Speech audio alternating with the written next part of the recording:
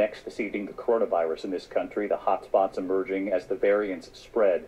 Deaths now rising tonight in 27 states. This evening, the race to vaccinate, the race against those variants, and a new milestone, more than 200 million doses now administered. And what the head of the CDC said just today about the variants being seen now in the U.S. and how much more transmissible they are, and why these numbers on the rise need to be taken very seriously. Here's Whit Johnson. Tonight, even as the U.S. reaches that new milestone, 200 million shots into arms. Just go ahead and relax. There we go, just like that. The pandemic still raging.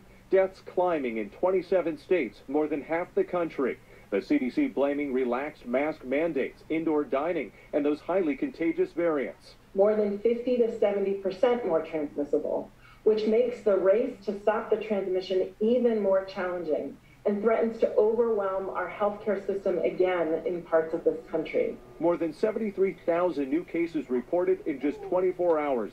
Michigan now ground zero, hospitals hitting capacity. You could barely get around the hallways. There were so many people, almost every inch of every hallway, and the emergency departments were full with different stretchers. To me, that was very much like a war zone. 55-year-old John English wasn't able to get the vaccine before he got COVID. He's now hospitalized with a blood clot.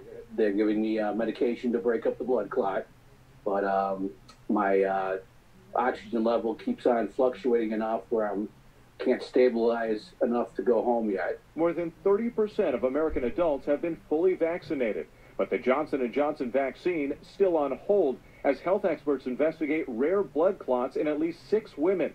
The head of the CDC panel that will make a recommendation cautioning the pause could last weeks.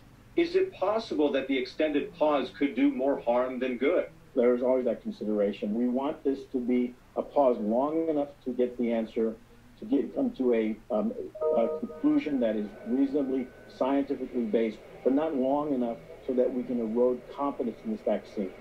Well, that is the real worry, this balance between eroding confidence but making sure we know enough about this one-shot vaccine. I know that we've learned another emergency meeting is now planned for next Friday on this Johnson & Johnson vaccine. But as you noted there, Whit, the head of the CDC panel said he doesn't expect a decision by then. So explain the wait, what they're looking for.